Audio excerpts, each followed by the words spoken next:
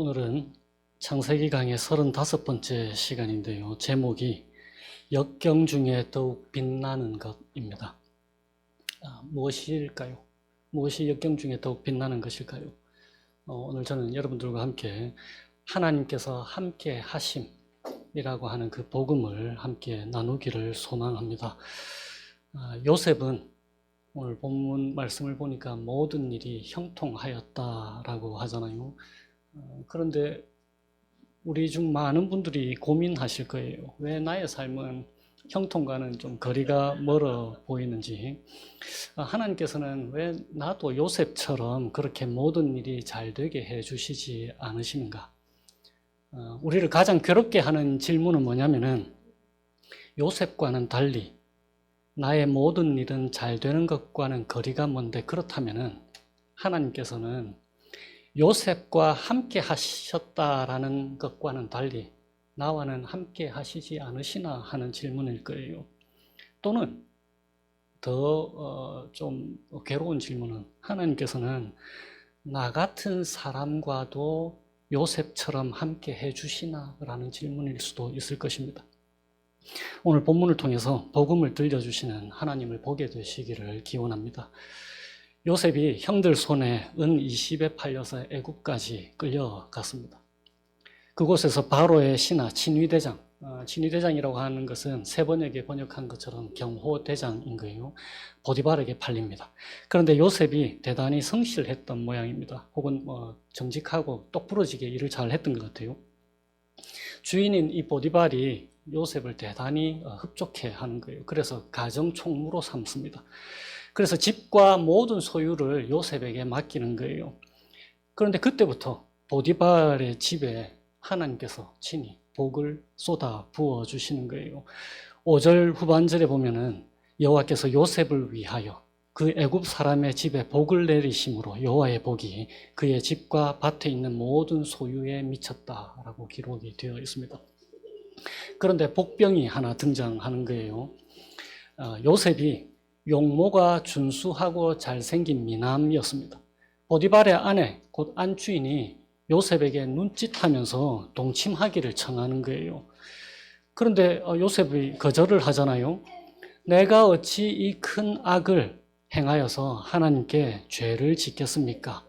라고 그렇게 말하는 거예요.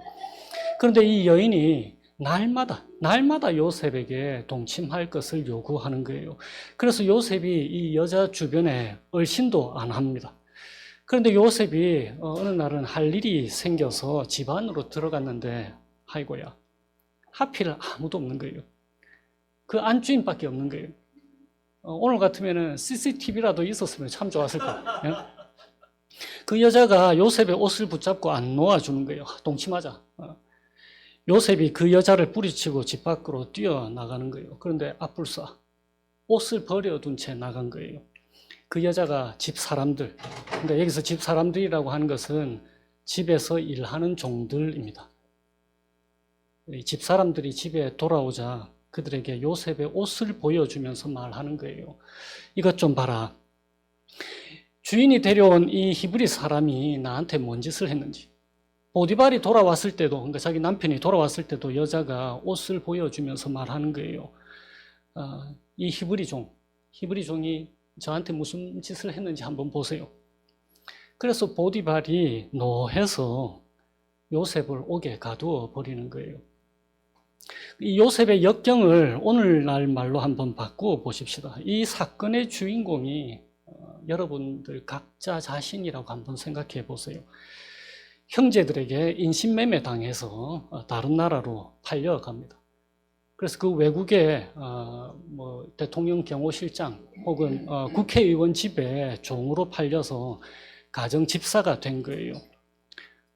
그런데 요셉은 그러니까 외국인 노동자인 거죠. 그런데 강간범으로 고소당해서 감옥에 갇히는 것입니다. 중요 인사의 아내를 상대로 한 일이니까 아마 전국 신문에 등장했을 거예요. 얼굴에 모자이크 처리를 해가지고 댓글에는 뜨겠죠. 대박. 외국인 노동자가 CCTV 사각지대에서 주인인 국회의원, 경호실장 아내를 겁탈하다가 체포되었다. 위기 상황에서 이 여주인의 용감한 기지가 돋보였다. 용의자 옷이 단서가 되었다. 이런 뉴스 보도들이 막 진행이 됐을 거예요. 그리고 주간 사설에 외국인 노동자 관리 이대로 좋은가? 뭐 그런 기사들이 도배를 했을 거예요. 여러분들 한번 생각해 보세요. 얼굴을 들고 다닐 수 있었겠어요, 요셉이? 여러분들 자신이 그런 무고죄의 피해자라고 한번 생각해 보세요. 얼마나 억울하겠습니까? 요셉이 바로 그런 경우인 거예요. 형들한테서 죽을 고비를 넘기고 노예로 팔려온 것도 원통하고 억울한데 아무 잘못 없이 누군가의 거짓 증언으로 지금 감옥에 갇히게 된 거예요. 그런데 이런 억울하고 원통한 요셉을 위해서 하나님께서 하시는 일을 성경이 우리에게 들려주고 있는 것입니다. 요셉의 이 원통한 역경의 이야기 바로 다음에 어떤 내용이 있는지가 오늘 성경의 핵심 주제가 되는 거예요. 두 번째 원통한 역경이 등장하는데 첫 번째 원통한 역경이 무엇입니까? 1절의 내용이잖아요. 형들이 노예로 판 것. 그리고 이게 창세기 37장의 내용이었습니다. 그런데 이 1절 바로 다음에 이어서 2절부터 5절까지 무엇이 중심 주제로 성경이 말하고 있는지를 한번 주의를 기울여 보십시오. 한번 다들 집중해 보세요. 2절에 여호와께서 요셉과 함께 하심으로, 그리고 3절에도 여호와께서 그와 함께 하심, 그리고 이어서 여호와께서 그의 범사에 형통하게 하심, 그리고 5절 후반절에 여호와께서 요셉을 위하여 그 애굽 사람의 집에 복을 내리셨다라고 기록이 되어 있습니다. 그리고 두 번째 원통한 역경이 뭐냐면 보디발의 아내가 무고를 저지른 거예요. 바로 이어서 그 원통한 역경 바로 이어서 21절부터 끝까지 23절까지 뭐라고 되어 있습니까? 21절에 여호와께서 요셉과 함께 하시고, 그리고 그에게 인자를 더하사, 그리고 마지막 절에 후반절 여호와께서 요셉과 함께 하심이라, 여호와께서 그를 범사에 형통하게 하셨더라라고 기록이 되어 있는 거예요. 그러니까 이 두 번 반복된 요셉의 역경 중에 더욱 빛나는 것이 무엇입니까? 하나님의 함께 하심인 거예요. 그것을 성경이 강조하고 있는 것입니다. 요셉이 형통했다라고 기록되어 있다고 해서 요셉의 삶이 쉬웠다라고 얘기하지 않는다는 것을 기억하셔야 합니다. 오늘 이 본문 말씀을 시편 기자가 노래할 때 이렇게 노래해요. 시편 105편에 보면은 17절에 요셉이 종으로 팔렸도다. 그리고는 18절에 뭐라고 되어 있냐면 그의 발은 착고를 차고 그의 몸은 쇠사슬에 매였으니, 언제까지? 19절에 곧 여호와의 말씀이 응할 때까지라, 그의 말씀이 그를 단련하였도다. 언제까지 이 역경을 당했냐면은 20절에 이어서 왕이 사람을 보내어 그를 석방하며, 그때까지인 거예요. 감옥에서 풀려날 때까지. 그의 삶이 쉽지 않았다라는 거예요. 그런데 오늘 본문에서 이러한 큰 역경 중에 더욱 빛나는 것, 가장 두드러지는 것을 강조하고 있는 게 바로 하나님이 요셉과 함께 하신다라는 말씀인 거예요. 왜 하나님께서 요셉의 모든 일이 잘 되게 해 주셨을까요? 바로 보이지 않으시는 하나님의 함께 하심이 무엇을 통해 볼 수 있도록 표현되었는지를 성경이 우리에게 말씀하고 있는 거예요. 다른 말로 하면은 요셉이 부인할 수 없도록 하나님께서 증거해 주시는 것이 무엇입니까? 요셉이 억울하고 원통해서 모든 것을 포기하고 싶어질 때, 곧 쓰러지기 직전에 하나님께서 함께 하심을 보여주시는 증거가 무엇이냐는 말입니다. 그가 맡은 모든 일이 잘 되었다라는 거예요. 요셉의 처지가 억울하고 원통해서 하나님이 요셉과 함께 하시지 않으신다라고 요셉이 생각하고 있을 그 즈음에 그가 맡은 모든 일들이 잘 되게 하심으로써 하나님이 뭐라고 하시냐면은 요셉 아니야 오해하지 마, 내가 너와 함께 하고 있어. 그것 말씀해 주시려고 요셉이 맡은 모든 일이 잘 되게 해 주신 거란 말이에요. 다른 말로 제가 한번 표현을 해볼게요. 요셉이 맡은 모든 일이 다 잘된 것이 증명해 주는 바가 무엇입니까? 하나님이 요셉과 함께 하신다라는 거예요.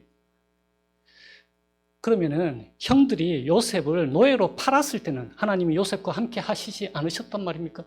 혹은 보디발의 아내가 거짓말로 요셉을 공경에 처하게 했을 때 그때는 하나님이 요셉과 함께 하시지 않으셨단 말인가요? 그게 아니다라고 하시는 거예요. 요셉이 그렇게 생각하고 있을 그때에 하나님이 내가 너와 함께 하고 있다라는 것을 증명해 주시려고 그의 모든 맡은 일이 잘 되게 해 주셨다라는 뜻인 거예요. 그러니까 형통하지 않을 때는 하나님께서 함께 하신다는 사실을 우리 모두가 인정하기가 쉽지 않잖아요.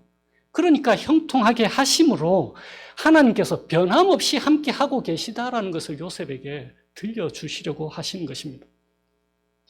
그러면은 오늘을 사는 우리에게 하나님께서 우리와 함께 하심이 무엇으로 증명됩니까? 바로 우리 주 예수 그리스도이신 거예요. 그분의 다른 이름이 무엇입니까? 임마누엘이잖아요. 하나님이 우리와 함께 계시다. God with us. 이 이상 더 무슨 증거가 필요하냐는 거예요. 하나님께서 요셉과 함께 하신다고 하나님께서 요셉에게 말씀하신 적이 있으십니까? 없잖아요. 직접 말씀하시지 않고 그에게 맡겨진 모든 일들이 잘 되게 하심으로 하나님께서 함께 하심을 간접적으로 요셉에게 말씀해 주신 거예요. 바로 실체와 그림자의 관계인 것입니다. 그러니까 요셉이 실체가 아닌 그림자, 무엇입니까? 그림자. 모든 일이 잘 되게 하신 것. 실체가 아닌 그림자를 보고 하나님께서 나와 함께 하심을 알게 되었을 거예요. 그런데 이제 모든 계시가 하나님의 모든 계시가 예수 그리스도 우리 주 안에서 완전히 드러난 지금, 다시 말하면 그림자의 실체인 우리 주 예수 그리스도가 분명히 드러난 지금 우리에게 하나님께서 함께 하심은 무엇으로 증거되고 증명되겠습니까? 간접적인 방법이 아니라 직접적으로 우리에게 하시는 하나님의 말씀, 최종적인 말씀, 누구입니까? 우리 주 예수 그리스도다라는 거예요. 그래서 그분의 또 다른 이름이 바로 임마누엘인 것입니다. 그러니까 하나님께서 우리와 함께 하심이 이제는 분명히 전달되었으므로 간접적으로 그림자를 통해서 우리의 일이 형통하다 하지 않다로 하나님께서 우리와 함께 하신다라는 것을 증명해 주실 필요가 없으신 거예요. 그렇게 하시지 않으신다가 아니라 꼭 그렇게 하실 필요가 없으시다라는 거예요. 형통하든지 형통하지 않든지 하나님께서 예수 그리스도 안에서 우리와 함께 하심이 그 사실이 변경되지 않는다라는 거예요. 그것보다 더 완벽하고 분명한 증거를 하나님께서 해주실 이유가 없으신 거예요. 이거 반드시 기억하셔야 합니다. 그래도 나는 그림자가 더 좋아요 하시는 분들이 계실 거예요. 이게 무엇과 같은가 하면요, 실체가 아닌 그림자로 실체를 짐작하려고 하는 거예요. 그러면 잘 못 알아봅니다. 그림자 놀이 한번 해보셨잖아요. 비슷해 보이는 거예요. 그러니까 착각도 많이 합니다. 가령 하나님께서 우리에게 그림자로 웃는 얼굴을 그림자로 만들어 보여주셨다라고 생각해 보세요. 하나님이 우리에게 웃어주고 계시는데 화났다고 하고 야단친다고 하고 칭찬하는 줄 알고 잘못 야단치고 계시는데 칭찬하는 줄도 알기도 할 거고 그렇게 착각할 수 있을 거란 말이에요. 그리고 하나님께서는 사랑한다라는 메시지를 그림자를 통해서 보여주시면은 우리는 어떻게 생각하겠어요? 또 혼났네. 그렇게 생각할 수도 있을 거잖아요. 하나님께서 실체로 내가 너와 함께 한다라고 보여주셨습니다. 우리 주 그리스도 예수로 말미암아 말입니다. 그런데 그림자를 보고 나랑 함께 하시나라고 불안해하고 의심하는 것과 같을 거란 말이에요. 그러니까 우리의 모든 눈을 오늘 본문 39장을 통해서 누구에게로 돌려주시는 것입니까? 우리의 눈을 돌려서 예수 그리스도 바라보게 해주시는 거예요. 내가 너와 함께하는 증명사다. 이거 라이프타임 워런티라는 거예요. 평생 보증서를 하나님께서 그리스도 예수 안에서 우리에게 아버지가 되시고 우리를 자녀 삼아 주신 거예요. 그럼에도 혹시 모든 일이 잘 되기를 바라십니까? 사실 그리스도 안에서 우리에게는 모든 일이 잘 되어 가고 있습니다. 로마서 8장에 그렇게 기록하고 있잖아요. 우리가 알거니와 하나님을 사랑하는 자, 곧 그의 뜻대로 부르심을 입은 자들에게는 모든 것이 합력하여 선을 이루느니라. 모든 것을 섭리하시는 하나님께서는 모든 일을 우리를 위해서 지금 하고 계시는 거예요. 역경마저도, 억울한 역경마저도 그분은 우리를 위해서 지금 일하고 계시는 것입니다. 무엇이 우리로 하여금 이 사실을 믿을 수 있게 만들어줍니까?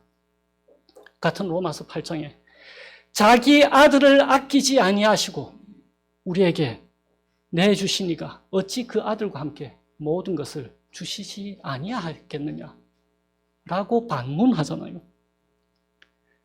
직장에서 일을 하다 보면은 괴로운 일들이 가끔씩 생기시잖아요. 제게도 학교에서 그런 일들이 가끔 생깁니다. 그럴 때는 저의 약점이 보여요. 사람들의 이기심이나 나의 선의를 몰라줄 때 화를 나타내기도 하고. 그런데 이런 일들을 통해서 때때로 우리는 억울한 일들을 당하기도 될 거예요. 그런 일들을 통해서 좀 더 예수님 닮은 모습 드러내 보일 수 있는 기회를 우리에게 주시는 것입니다. 왜? 주님께서 함께 하시니까. 애매하게 당하는 역경 중에 더욱 빛나는 하나님의 임재와 동행, 이것을 우리에게 약속해 주셨는데 거기에는 이유가 있습니다. 베드로전서 2장에 이렇게 기록이 되어 있어요. 부당하게 고난을 받아도 하나님을 생각함으로 슬픔을 참으면 이것은 아름다운 것이다. 그리고 이어서 이렇게 해놨어요. 선을 행함으로 고난을 받고 참으면 이는 하나님 앞에 아름답다. 그런데 이게 단지 권면으로 끝나지 않고 그 다음 구절이 대단히 우리에게 도전이 되는 거예요. 뭐라고 하시냐면은 이를 위하여 너희가 부르심을 받았다. 선한 일을 하고 억울하게 고난당하는 것, 그것을 위해서 하나님께서 우리를 부르셨다라고 기록하고 있는 거예요. 왜냐하면 이어서 베드로전서 2장이 이렇게 얘기해요. 왜냐하면 그리스도도, 우리가 주라고 부르는 그 그리스도 예수께서도 너희를 위하여 고난을 받으사 너희에게 본을 끼쳐 그 자취를 따라오게 하려 하셨다. 우리의 주님께서 먼저 억울한 일 당하셔서 고난 당하셨다라는 거예요. 요셉 이야기가 바로 오늘 이 베드로전서 2장 말씀의 좋은 본보기가 되는 거예요. 그리고 하나님께서는 우리의 인생의 이야기도 그러한 좋은 예가 될 수 있도록 성령 하나님과 함께 해 주시는 것입니다. 하나님께서 함께 하심으로 삶을 통해서 온몸으로 경험케 하시는 거예요. 예수님의 발자취 함께 따라오게 해 주시는 것 말입니다. 무엇으로요? 애매하게 당하는 역경으로 말입니다. 그리고 그 역경은 무엇을 가리키고 있습니까? 우리 주님께서 우리 때문에 애매하게 당하신 십자가를 가리켜 주시는 거예요. 성령 하나님께서 역경으로부터 우리의 눈을 돌려서 십자가에 달리신 예수님 바라보게 해 주시는 거예요. 여러분의 삶에서 이러한 역경을 지금 경험하고 계시지요? 잘 되는 일 하나 없는 것 같고 역경이 너무 힘에 부치기도 하잖아요. 역경 중에 더욱 빛나는 하나님의 함께 하심을 경험하기 싫다고 발버둥 치며 거부한 한 주를 저처럼 살았다면 다시금 하나님께서 우리를 부르신 이유를 성령 하나님께서 재확인시켜 주시기를 소망합니다. 내가 너와 함께 한다. 내가 간 길을 보고 함께 같이 가자. 내가 너와 함께 한다. 이 함께 하시는 하나님과 한 주를 동행하시면서 살아가게 되시기를 주님의 이름으로 축원드립니다. 기도하시겠습니다. 오늘은 제가 시편 16편으로 기도하겠습니다. 살아계신 하나님, 저희를 지켜주십시오. 저희들이 주님께로 피합니다. 주님은 언제나 저희와 함께 계시는 분이심을 믿음으로 고백합니다. 주님께서 저희들 각 사람의 오른쪽에 계시니 저희들이 흔들리지 않습니다. 주님 참 감사해요. 저희의 마음은 기쁨으로 가득 차고 저희 몸도 아무 해를 두려워하지 않는 까닭은 주님께서 저희를 보호하셔서 죽음의 세력이 저희의 생명을 삼키지 못하게 하실 것이며 주님의 거룩한 자들을 죽음의 세계에 버리지 않으실 것이기 때문입니다. 주님께서 몸소 생명의 길을 저희에게 보여주시니 주님을 모시고 사는 삶에 기쁨이 넘치게 해주시고 주님께서 저희들의 오른편에 계시니 이 큰 즐거움이 영원토록 이어질 수 있도록 저희들이 주님과 동행하게 하여 주시기를 예수님의 이름으로 기도합니다. 아멘.